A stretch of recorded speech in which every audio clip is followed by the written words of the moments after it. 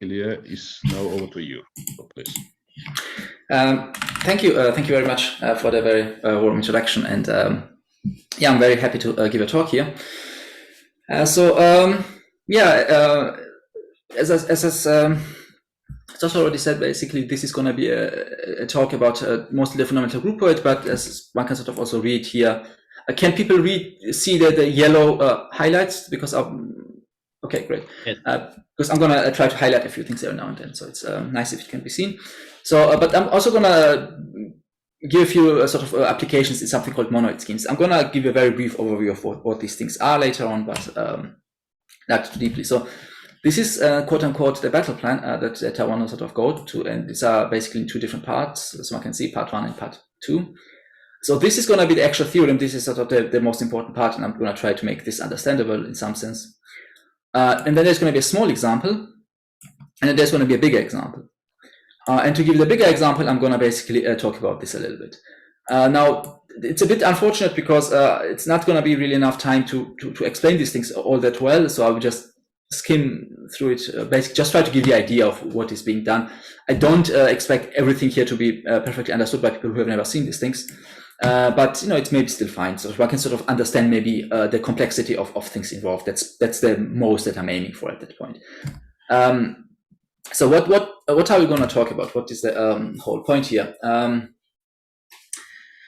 I want to talk about the groupoid, the fundamental groupoid. But before we start about the fundamental groupoid, let's start about the fundamental group, right? That's how things start. And the fundamental group, denoted like this, was introduced by one could say by Poincaré in 1895. It's probably fair to say that. It can also be called the Poincaré group. And it's denoted big X. So basically there are two variables, right? Big X and small x. Now X is a topological space whose fundamental group we're talking about, and X small is where the fundamental group lies, so to speak, at what point it exists, because X small is a point in X, and then you could name loops at the small point. So loops are basically paths starting at X and ending at X. So it's like curves or something like that that are cyclical, that start and end at the same point. But this is a bit too much, so you take the homotopy classes. I'm not going to explain what homotopy means if people have never heard of that, but basically what it roughly speaking means is that if you can continuously deform one curve to the other, we consider them to be the same. Now, if one has never heard of the Poincaré group, never known what this is, it might sound a bit like, why are we interested in this kind of thing? But let's just say, for instance, abelization is the first homology group, which people might have heard as well. And so it's a very important group. Let's leave it at that. So the thing is that it's a strong invariant. It's a very strong invariant. But the problem is that sort of initially, at least, when it was defined, it was quite hard to calculate. There was a, so to speak, catch-22 situation where in order to calculate it, you kind of had to understand the space already quite well, because you had to visualize it, you had to be able to think about it. But if you already could do that, you didn't really care about the fundamental group in that regard. And there are some methods to calculate it nowadays, of course, but one of the first ones that I will mention, one of the first most important one, at least for this talk, because frankly, this talk could also be called something like on the Seifert-Van Kampen theorem. This is how important this is. The first real calculation sort of method for calculating was done by Seifert in 1931 and by Van Kampen independently in 1933. And together it's known as the Seifert-Van Kampen theorem. And I will, again, circle back to this a few times, but the rough idea of what it says is that if X is covered by two open subsets U and V, and by covered I mean that the union of U and V is all of X, and let W be the intersection, and from now on U, V, and W always mean that, then basically the fundamental group of X can be calculated by knowing the fundamental group of U and V and the W. So basically, if you know it on the small, you can calculate it on the big, which is very helpful. Now, the fundamental group kind of also exists in algebra. We will not go all that much in this direction for the talk, but it sort of exists in algebra, which, of course, nowadays is not that big of a surprise, but initially I think it was a bit of a beautiful realization. But if people have never heard of it, it might still be a nice surprise, is that they exist, as again, in algebra as well. And it's funny because it's sort of both more and less well known. And what I mean by that is that it's actually known by a different name. Right? It's actually most commonly known as the Galois group, which is of course a special type of the fundamental group. It's actually a special type, a special case of the so-called étale fundamental group. And the fact that these two things are the same thing really sort of, I mean, one could already guess it with things like the covering theory, but it was really formalized by Grothendieck in 1960, around 1960. He understood it really, he was the one who really understood this connection and made this so. So from this alone, I think this is enough justification why the fundamental group is important, right? In algebra, it gives us a Galois group, which I think is very well sort of accepted to be important. And topology, it's a Poincare group, which is also very nice. But it has sort of two limitations, if one so will, and this is basically what we wanna touch on in this talk, and where the groupoids basically come in. The first one is that it doesn't really have a sort of universal property kind of categorical definition kind of a thing. Basically, we all, I think, agree that something like the Galois group is of course very important. But if I were to say what makes it special, basically, what does it satisfy that other groups don't? Right? What categorical, what purely mathematical thing, basically, does it satisfy that other things don't? It's not something that at least I know of what answer one could give. Right? We know what it calculates maybe, but we don't know what this group sort of makes, what universal property this group has. And the second one is that it's base dependent, it's point dependent. And by this very notation, we have called it pi1 x of x. Now, in the case of the Galois group, we might say that it's not point dependent. It's basically pi. It's denoted by gal whatever k, the absolute Galois group, for instance. But the thing is that even then, it's actually point dependent. It's just that the point is less obvious. It's the embedding of the field into the algebraic closure, really, which is our point. So is this a big deal? Like, people might say this is not a big deal, right? People might be like, we don't really care about that, because if we have topological space and we have two different points x and y, if we have a path between them, then this path induces an isomorphism between the fundamental groups at x and at y. And that's kind of true. But if they are not path connected, if you have x, which is the disjoint union of a and b are not path connected, right? Then the fundamental group at the point of a and the point of b are no longer have anything to do with each other. And one might say, like, okay, let's study a and b separately. But the problem with that is sort of that this is not what one wants to do in algebra. In algebra, one wants to study something. One wants to sort of zoom out and study the whole structure all at once. That's sort of the idea of algebra. And whenever one cannot do that, it leads usually invariably to a problem. And this problem is already very noticeable with the Seifert-Van Kamp theorem. Because I said that, for instance, right when I said about Seifert-Van Kamp theorem, that the idea is to study x by knowing pi1 pi1v, and pi1w. But the problem is that there is this restriction, right? We need to have a common point, so to speak. Like the problem starts, for instance, if the intersection of u and v is no longer connected, then you can't apply the Seifert-Van Kamp theorem. So the classical Seifert-Van Kamp theorem cannot be applied to calculate a fundamental group of, say, the one sphere of the circle. So this is a real problem that is point dependent. This is where it really boils down to. And so the solution, if you will, was, I think, done around the 1980s, if I'm not completely mistaken, 70s or 80s, I think. And the solution is coming in the form of the fundamental groupoid pi1, big pi1 x. And here already the notation indicates that it's not point dependent. And really the name that should be mentioned here is probably Ronald Brown, who basically essentially solved the second part of the two problems that are sort of, or limitations that I pointed out here. I hope that by the end of this talk, I would have maybe slightly improved upon this, but the sort of lion share, if you so will, the theoretical aspect of it has already been solved. That should definitely be pointed out here. So that you can make so basically he proved this form of the Seifert-Van Kamp theorem for the fundamental groupoid, and he obviously it's no longer point dependent, and because of that he no longer have any restrictions on the on the covering and so on and so forth, and he was able to calculate the fundamental groupoid of the circle purely categorically and algebraic topologically. Like, he didn't need to go towards more analytic things like the exponential function.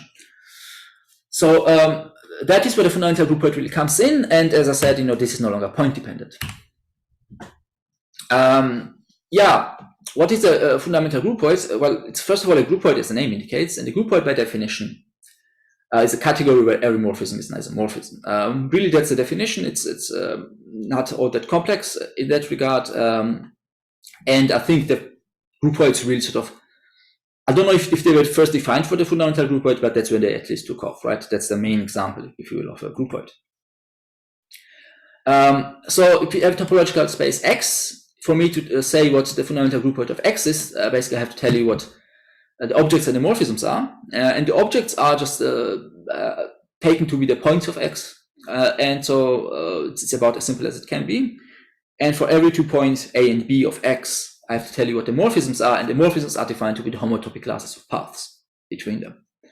So if we now take a point X, and then we consider automorphisms of X, so basically we consider homotopy types of paths from X to X.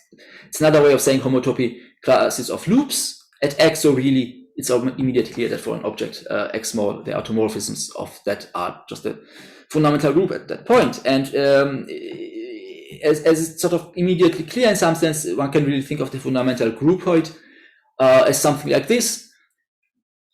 We have a topological space X, and at every single point, a little bit like a vector space, if you saw, we have the fundamental group sitting, right? And technically, there are also morphisms between the groups, but this is sort of the way one can initially think of it if one has never heard of the fundamental groupoid. At every point, we have the fundamental group sitting. And so because of that, it's clear that it's not point dependent anymore because it happens at every point at the same time. But this is a fairly complex thing, if one thinks of it like that, right? I mean, in one case, we had just one group, now we have a lot. And this can be actually simplified, and the way it can be simplified is as follows. One can say that at every connected component, there is the fundamental group. So basically, if you have one connected component, if you have only one connected component in a topological space X, you would just have one group. So it would be about as simple as the fundamental group. So this is a very nice simplification. The problem with that is that this is only the fundamental groupoid up to equivalence rather than up to isomorphism. It's a small difference maybe, but it's a very fundamentally important difference. So yeah. I'm going to go for about 2 or 3 slides into something called like basic sheaves and stacks for formal reasons. If people have never heard of it, they can probably sort of ignore the next 2 slides because I'm not going to explain things very much in detail. It will be a bit too complex, but it is too long to explain these kind of things. But I will sort of give a very rough description of what these things are. So what is a sheaf? Well, a sheaf, roughly speaking, is an association that takes an open set and associates something to it, right? Say group, set. It can also be a category. And for every inclusion, we have a morphism between these groups. Now, that is just a functor, what I said. For something to be a sheaf, we also need a little bit more. Technically speaking, we also need this here to be exact, right? I'm not going to explain all that much what it means, but this diagram needs to be exact for G to be a sheaf. And the reason I showed that, there's some small background noise, but anyway, the reason I'm speaking about sheaves is because I want to say something about a stack. And this now is a stack. Background noise coming from someone else's microphone? Or maybe we just keep microphones off except the speaker, please. Thank you. There is no noise here. Okay, maybe it's something. It's not constantly, just every now and then. It doesn't matter. Sorry, I apologize. So basically, this was the exactness of this means a sheaf, and the exactness of this means a stack. Now, if one compares these things, the only thing really has changed is, okay, I wrote a cursive G, which I maybe should not have done, but other than that, the only thing that really changes is that this part here gets added, right? So we now also have to consider triple intersections. The other thing that changed is that I'm now writing 2 functors rather than functors, and that I'm saying that it's 2 exact. And that's literally the only things that change. So this is why a stack can be really thought of as a 2-dimensional or 2-categorical version of a sheaf. This is why I mean, sometimes sheaves are referred to as 0 stacks or something like that, right? Because it's sort of just one step further. Why am I talking about stacks? Well, the reason I'm talking about stacks is not because I want to talk about stacks, but because I want to talk about costacks. And if so, basically, this is a 2-functor, contravariant 2-functor is a stack if this is 2 exact, right? Well, it's a stack it's a Kostek if this is too exact, right? If one compares this, what has changed is that the arrows here have changed directions, right? Because one is covariant, the other is contravariant. And the other thing that changed is that now we have coproducts rather than here we have products, right? So these are the only things that have changed. Other than that, this is a Kostek, right? So why am I talking about Kosteks? I will get to it in a second, but let me go back a few slides. This was a sheaf, right? Now, if for a sheaf we change the arrows and change coproducts to products, we will get something called a co-sheaf. Now, again, both sheaves and co-sheaves are not very they're not very popular, but they, in some sense, maybe should be, in the sense that really another way of saying of what basically Brown proved for the fundamental groupoid was that the fundamental groupoid is a co-sheaf. The Seifert-Van Kampen theorem, as proven by Brown, literally just means that it's a co-sheaf. Technically, he only proved it for 2 open sets rather than for arbitrary many, but jump from 2 to arbitrary many is very, very simple, and it's clear that it was already implied that it's true in an arbitrary case. And so if one really deciphers what it means, the exactness of this means that some co-limit agrees with this, which is just another way of saying that the Seifert-Van Kampen theorem holds, right? If basically we only have 2 open sets, U and V, this would literally just mean what was written there. And sort of this is where we come to basically the stuff that I have done, is that basically I just showed that it's also a Kostek, right? That's the only new addition that I have done, if you saw it, at least the major one.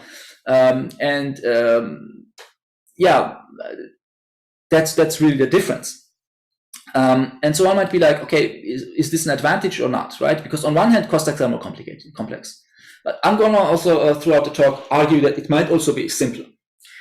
And so one of them is going to be about simplicity or whatever, like about calculatory applications of it. And the other that I want to talk about very briefly is the first of the 2 limitations I said about the fact that you could not axiomatize the fundamental group. Because as it turns out, for Kosteks, you can axiomatize the fundamental groupoid. And the following is true. The fundamental groupoid of a topological space is, so the fundamental groupoid regarded as a functor, of course, on a topological space X is a 2-terminal Kostek over X. So if we were to consider all the Kosteks over X, this would be a 2-category. And in a 2-category, you would have, once again, a 2-terminal object, just like in a category you have a terminal object.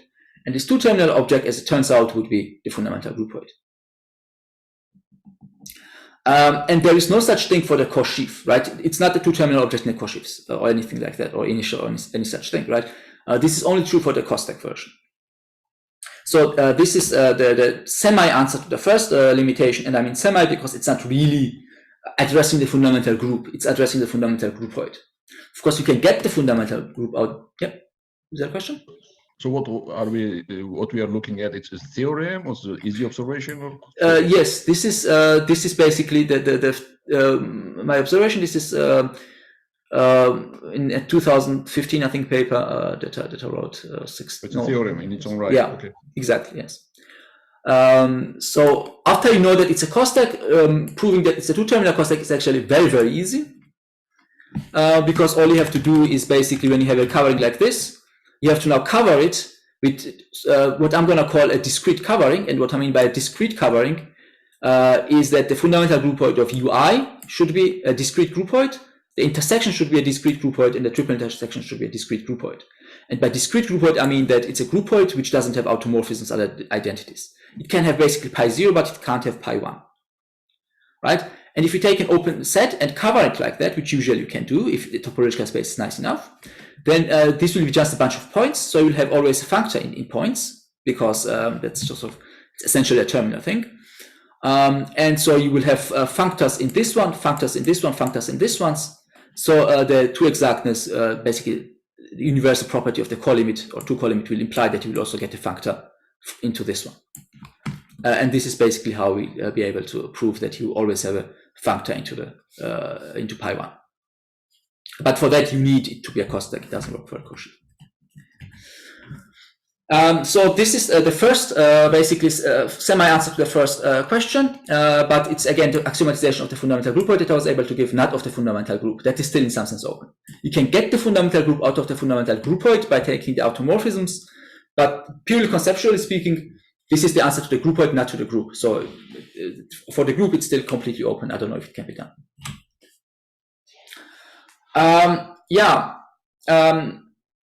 As I said, the Kostek condition and the Seifert-Van Kampen condition really are the same thing, just sort of differently phrased. And what basically I have proven is that the Seifert-Van Kampen version holds just like, but with a two-call limit rather than with a call limit. That's the sort of difference.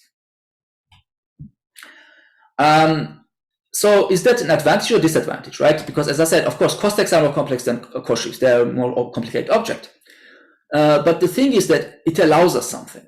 And what it allows us is this. It allows us to replace groupoids participating in the call limit with equivalent groupoids. And that's the big difference. Because in the Cauchy, we can only replace them with isomorphic ones.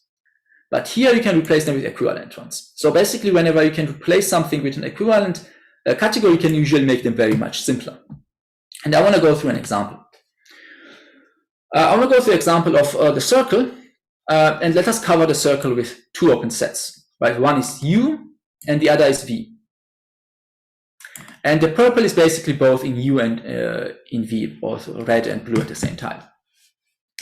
And so this covering, of course, gives us a diagram like this. W is this bit. It's the two small sections in the middle, which is of course subset of both U and V. And on that, basically, you can act with the fundamental groupoid pi1 U and pi1 V, because it's a covariant functor essentially, and you get this. Really, what is now the case is that the fundamental groupoid of pi1x is both the call limit as well as the two call limit of this diagram, and that's basically the idea. Now you can calculate the call limit of this, and as I said, it can be done. Brown did it, and it's not that complicated. But the problem is that pi1u is now an uncountable, it's a very big object because it has uncountably many objects. So it's a very big category because it has uncountably many objects. Every point of u is an object of pi1u, right? So it's a very big thing. But of course, it's also a very simple thing on the one hand, right? But it's just essentially a line. It's a curved line, but it's a line. This is really just a point. You really want it to be a point, but you can't. If you were to replace it with a point and calculate the call limit, you will no longer get the right result. But if you are interested in the two call limit, you can do that. And all of a sudden, the fundamental groupoid of pi1u just becomes the point, of pi1v also becomes the point, and of pi1w becomes 2 points. Like this is a groupoid with two objects, and the only automorphisms that you have are the identity automorphisms into there. And the notation can be excused for a second. It just names of the 2 points, which are just gonna be helpful later on. But this is sort of the diagram. And again, if we were to calculate the call limit of that, I would just get a point. This would not be z. But the thing is that now I can calculate two call limit of this, and I'm saying I'm done. But the thing is that two call limits are still a bit more complicated. So the thing is that you can also just reduce to calculating the call limit. And this is another paper that I don't want to go into, but you can do that. And the way you can do that is you can make certain functors.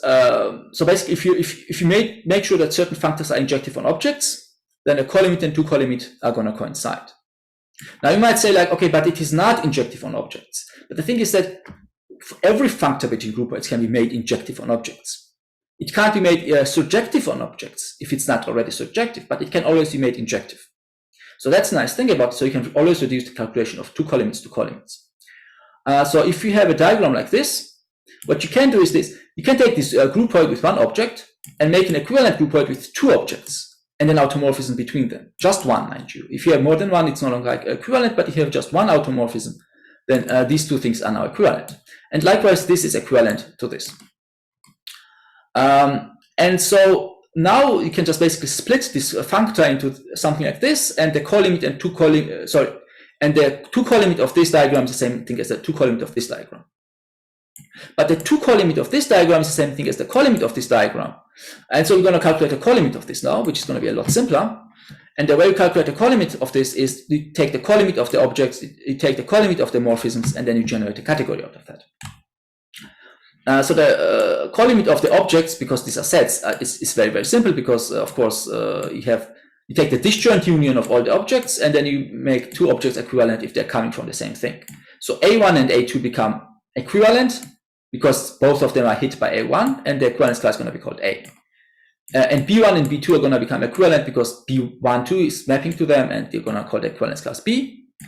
And then you're going to take the disjoint union of all the morphisms, which are going to be alpha and beta, and then you're going to make them equivalent if there is something coming from here. But there isn't, so you're just going to keep it like that. And the groupoid generated out of this is going to be equivalent to the fundamental groupoid of the circle. But you can make one more simplification, because whenever you have two objects and more and sort of one or more automorphisms between them, you can always use exactly one automorphism to equate the two objects with each other, and they have to leave the other ones. So this diagram, or the groupoid generated out of this diagram, is going to be the same thing as the groupoid generated out of this diagram. And what you can basically do is you can basically say the fundamental groupoid of basically have now construct a groupoid out of this.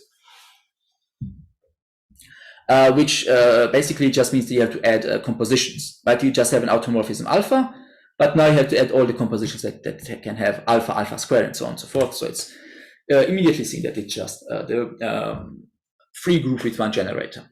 So it's set. So it basically have that the fundamental groupoid of the circle is equivalent to one object with automorphism Z, as one would want.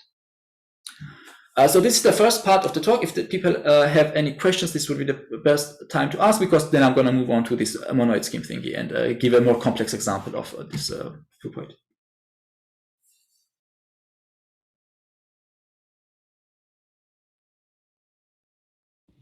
Can I ask a question? Sure. The universal property, is it by any chance possible to relax it slightly? So it turns out to be a stack, but maybe it's still universal among things that are slightly weaker than, sorry, cos stack. So still universal among things that are slightly weaker than cos stacks? What are the things that are slightly weaker? I don't know. I'm asking if maybe it is possible. Sometimes it's possible to do that, where you have a universal property, but then the universal property also holds in a slightly bigger category. It might technically. I don't see why not. Like, so the cos stack is basically a two-factor. So you can now argue whether or not the two-factor should be strict or not, for instance. And I think it's fine if you assume it to be strict. But I think it should also be fine if you assume it not to be strict. So it could be. I would have to think about it before I give a definitive answer. But it could be that it's universal in both two categories, which would be different. Okay, thanks. By the way, I also want to make a comment, but maybe my father should have done that comment. At some point, you said that there is no categorical definition of fundamental group, but there is. It's okay. A different style than what you want, but there is in my father's Galois theory. There is a categorical context in which one can define fundamental group. Yeah. Well, thank you very much for the remark. I did not know that. I would actually be interested in hearing that. Maybe we can talk about it a little bit at the end of the talk. I think it's better to continue. Mm-hmm. I think may I also ask one question? Sure. When you take this pre-cos stack, which sends everything to a single point, how is it? I mean, is it a cos stack itself, or its cos stackification is the fundamental one? Or what's happening? So if you say everything goes to a point, that's not a cos stack. And exactly the costification of that would be the would be the fundamental groupoid. But what I meant was if you send everything to basically pi 0, roughly speaking. So you would take as many points as you have connected components. And that would be a cos stack. That would not be a cos stack. That should not be a cos stack either.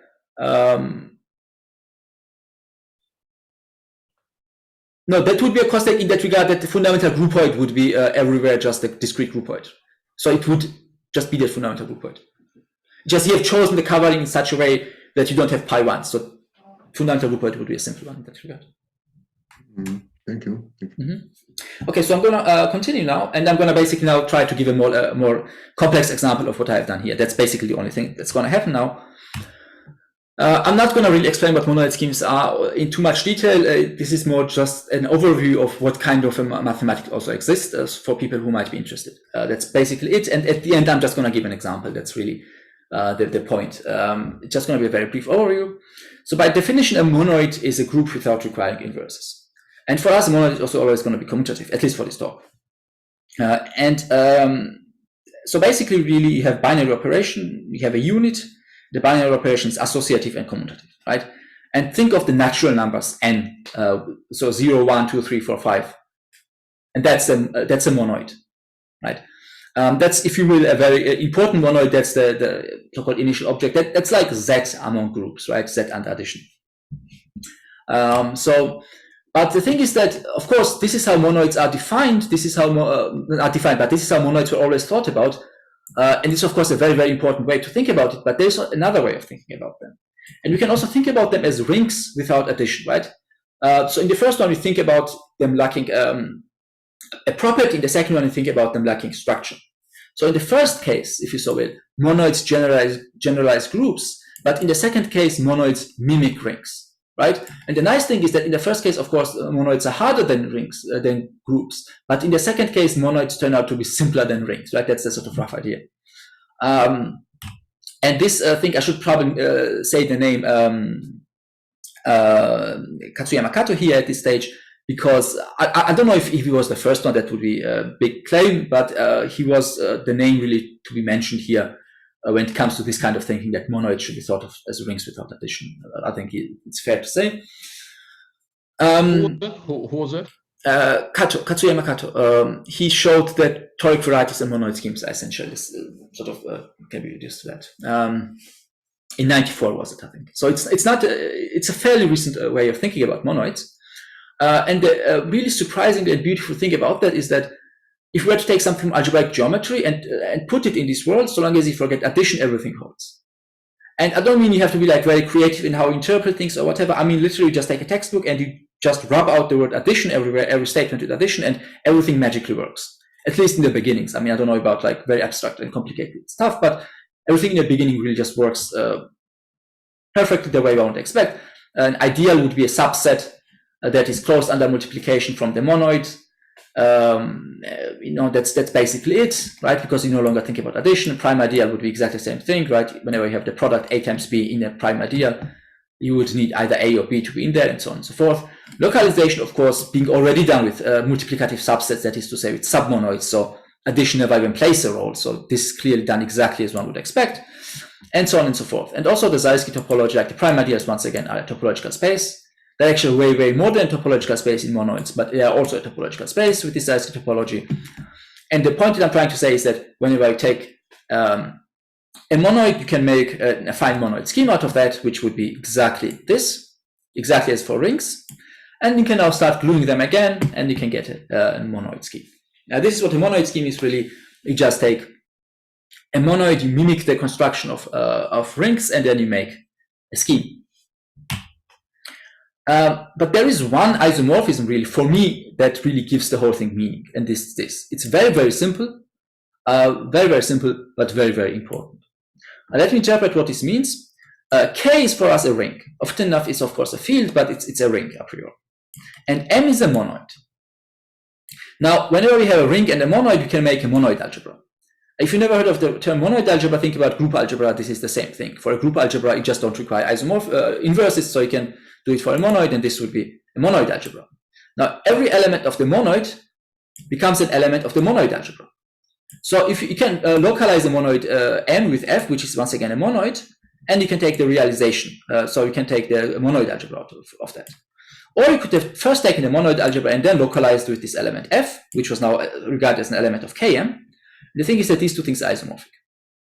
This might not sound like very interesting and very exciting, but it is, because if we have two monoids, MF and NG, which are so-called gluable, that is to say, there exists an element F in M and an element G in N such that they become isomorphic. So M and N don't have to be isomorphic, they don't have to be the same, but once you invert enough things, once you localize enough things, they become isomorphic. So if M and N are gluable, then Km and Kn become gluable, because this isomorphism, as I said, it's the same thing as this isomorphism, but the isomorphism in the middle now becomes clear because MF and NG are, of course, the same thing. So the short of it, the interpretation of it, the one thing that one has to take away from this is that if monoids glue, the associated rings glue, so monoid schemes give rise to ring schemes. So, and this is why for me monoid schemes are nice and interesting, because the thing is that Kx, if X is a monoid scheme, Kx is a classical scheme. There are no sort of hidden things here. This is not me trying to sort of basically like lie and sort of introduce a new object. No, this is a classical scheme as one would know from algebraic geometry. And the idea is that, of course, you cannot get every scheme like this, but certain schemes can be obtained like this. And if it can be, then the idea is to study Kx by studying K and X separately, which is, of course, like K is, of course, simpler than Kx by definition in some sense, and X, as it turns out, is way, way, way, way easier than Kx. Often enough, if things are Noetherian, for instance, X is always finite. Like, this is how simple it becomes, it's always finite. And I'm going to go through a few examples. So that's the idea of monoid schemes. And what we want to do now is we want to calculate the fundamental groupoid of this. Actually, in the special case when X is P2, is the projective plane. So really what we want to calculate is the fundamental groupoid of the real projective plane using basically these Kostak thingies and groupoids. And I should say that the main part of what I'm going to talk about was done with Holger Brenner, who is a professor at the University of Osnabrück, so very nice guy. The following thing is a joint work. I should definitely say that one. Let's do an example. As I said, I want to talk about P2, which is the projective plane. But before we talk about the projective plane, we have to talk about a affine plane, right? And the affine plane basically comes from N2, which is the N2 under addition, I should say. So it's something like 0, 1, 2, and so on. 0, 0, and then 1, 2, 5, 7. These are sort of the elements here. Everything's positive. Or multiplicatively thought of, it could be something like x to the a, y to the b, where a and b are positive. Right? And the prime ideals of this, the spectrum, looks like this. This is how simple the plane is in the monoid world. You only have 4 points in the spectrum of that, the empty set x, y, and the union of x and y. These are prime ideals, and these are the only prime ideals that you have. And the other thing is that the principal open sets, which are things of the form df, so when you consider all the prime ideas not containing f, these things correspond exactly, at least in the finite geometric case, exactly to the prime ideals. So points, if you will, of the topological space and open sets are in a one-to-one relation, principal open sets are in a one-to-one relation. And so schemes themselves reduce to factors, essentially. And this is how the scheme would actually look like in that regard. On the top, you would have to localize everything outside of this prime idea, which would be just the free monoid with 2 generators. Here, you would have to localize y, here you would have to localize x, and here you would have to localize everything. So as group or monoids, we have n squared here, n times z here, z times n here, and z times z here. Everything under addition. So z times z is a group. Right. So what's the projective plane? So I'm gonna because monoid schemes are of course less well known or something like that, and toric varieties is of course a very classical and beautiful field. I want to sort of say how you can get from the toric variety of the projective plane to the monoid scheme here. I think I'm going to be a bit short on time, but I will at least try to do this. So the way you can get from here to here is as follows. Whenever you have toric varieties, you have actually 2 different things. You have the fan and you have the dual fan. And the fan gives you the topological space, or the actual poset structure here. And the dual fan gives you these 3 things from which you can get everything else. It gives you the structure sheet, essentially. Now, how do you get from the fan the topological space? Well, just a comment, dual thing may not be, I mean, genuine fan. Maybe some overlaps sometimes. Sorry? The dual thing to the actual fan, underlying fan, may not be a fan. Maybe some overlap sometimes. Okay. But if the toric variety is nice enough, then I think that is... Okay.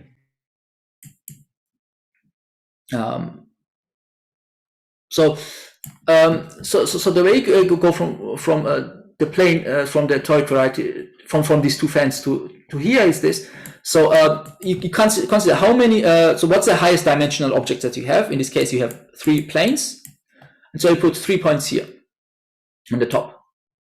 Then you have 3 lines, so you put 3 lines on the bottom, and you have 1 point, so you put 1 point at the bottom.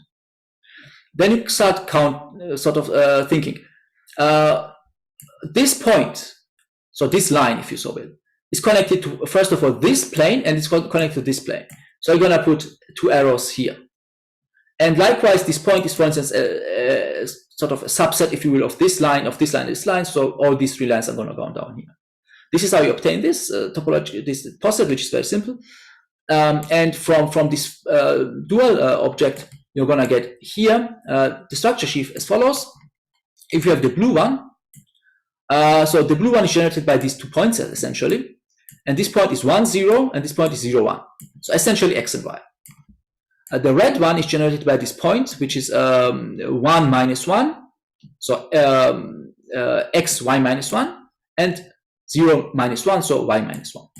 And the green one is generated by this point, which is -1, 0, so x -1, and this one, which is -1, 1, so x -1, y. So this is how you get this very easily and very directly. And likewise, you could also get the toric variety from this monoid scheme. So this is how you go from one word to the other, which is not all that complicated. Now, what do you mean by R-spec? So in general, K-spec M is just set to be monoid homomorphisms from M to K. And to say monoid homomorphisms from M to K is of course the same thing as to say K-algebra homomorphisms from Km to K, because the generators of the K-algebra Km are of course the elements of the monoid, and the generators determine the map, and this is of course a subset of Km. So you're assuming K is algebraically closed at this point. Am I? Oh yeah, because not everything can go everywhere. That's true. Okay, so for this isomorphism, it might be required, but not for this to be a subset of Kn. I think for that it's not required.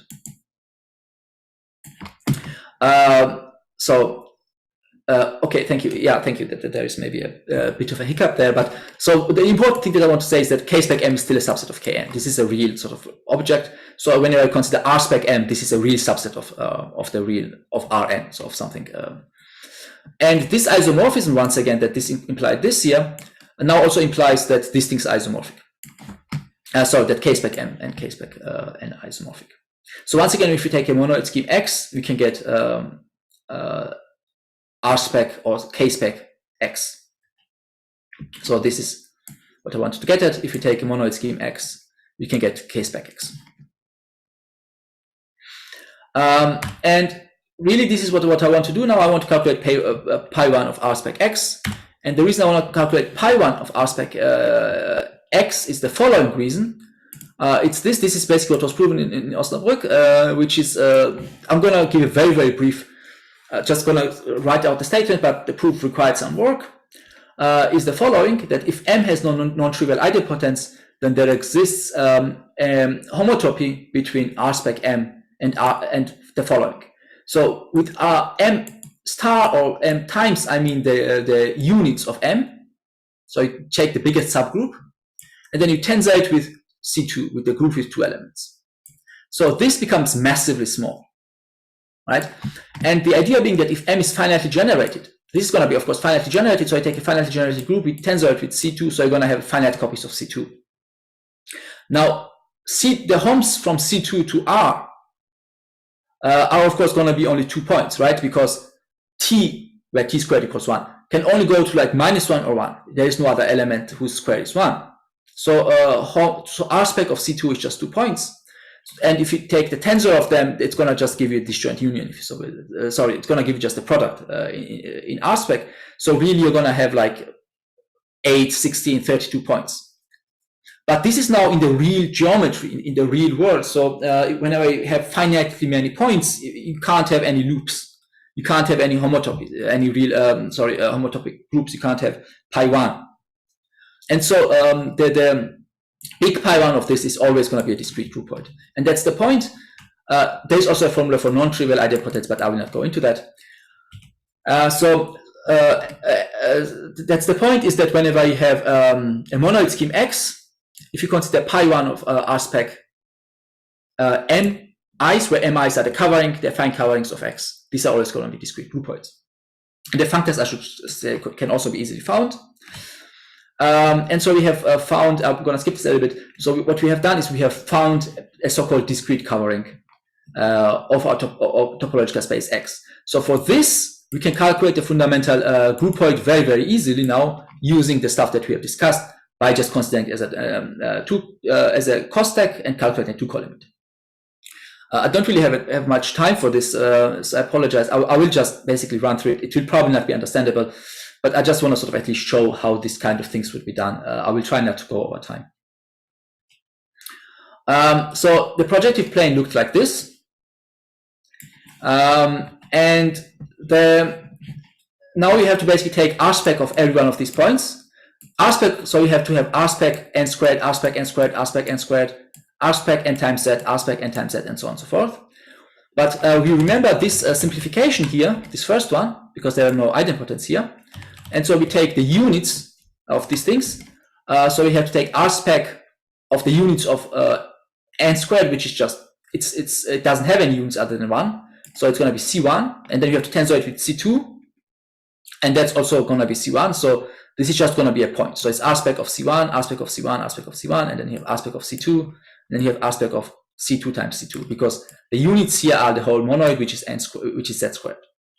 And then of course you have to put the fundamental groupoid on top of this, pi1, and this is how the diagram would look like. This diagram looks actually like this once you sort of consider them as groupoids. Now, because C1 is a point, rspec of C1 is going to be a point, so the fundamental groupoid of this is going to be a point. So these are all just points.